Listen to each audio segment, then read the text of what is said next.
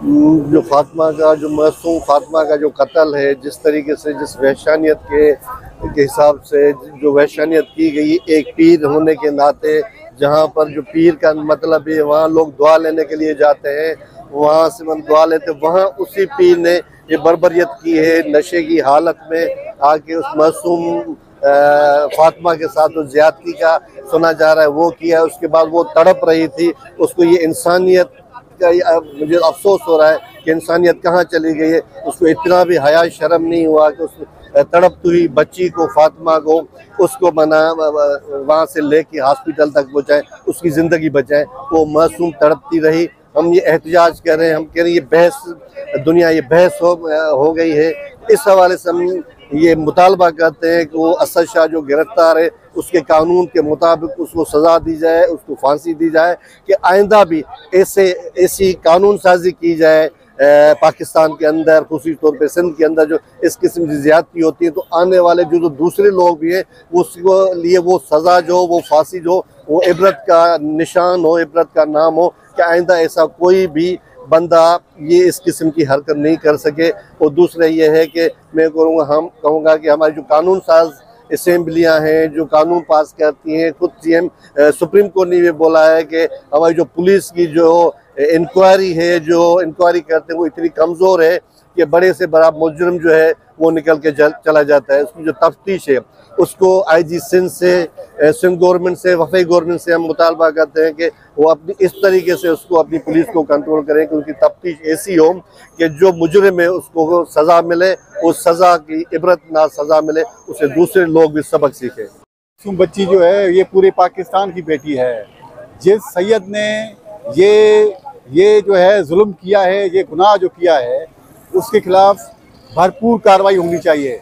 FIR जो launch हुई है उसमें रिलेवेंट सेक्शन जो होने चाहिए थे पीनल कोड के, वो लिखे हुए नहीं किए। ये तो एक दहशतगर्दी है। इससे मुआशरे में छोटे बच्चों में खौफ व हिरास फैल गया है। अब मुझे आप ये बताएं, पुलिस जो है वो फिर इन्वेस्टिगेशन कर ही नहीं रही, वो उस वडेरे को, उस मुर्शिद को सपोर्ट कर रही है। बच्ची के जो माँ बाप हैं, जो बहन भाई हैं, उनका कोई दादो फरियाद नहीं है।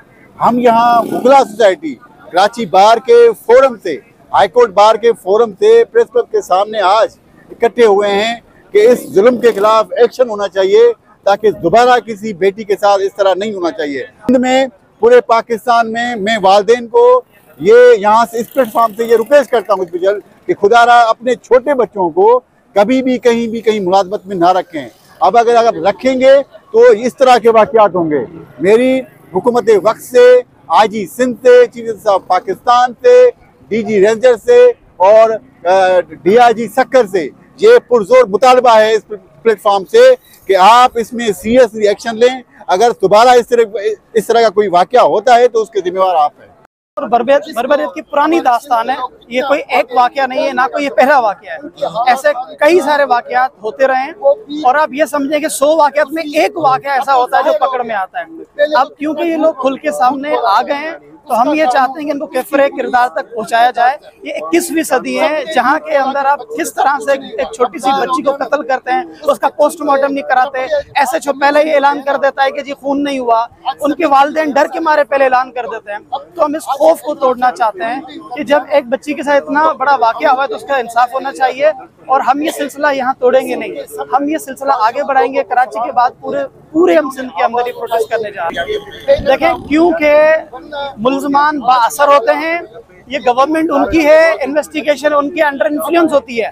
तो जो पुलिस जाके कल रिपोर्ट दे देगी उसको मानना पड़ेगा। कल मेडिकल रिपोर्ट को भी इन्फ्लुएंस कर देंगे, पुलिस इन्वेस्टिगेशन को भी इन्फ्लुएंस कर देंगे। तो इसका रास्ता रोकने के लिए हम वकला जो हैं अपना एक फॉलोअप देंगे। वहाँ पे जो हमारे वकील हैं उनके साथ हम कोऑर्डिनेशन में रहेंगे। जहाँ पे हमें समझ में आएगा कि यहाँ कोई नाइंसाफी हो रही है तो उसके ऊपर हम आवाज़ उठाएंगे।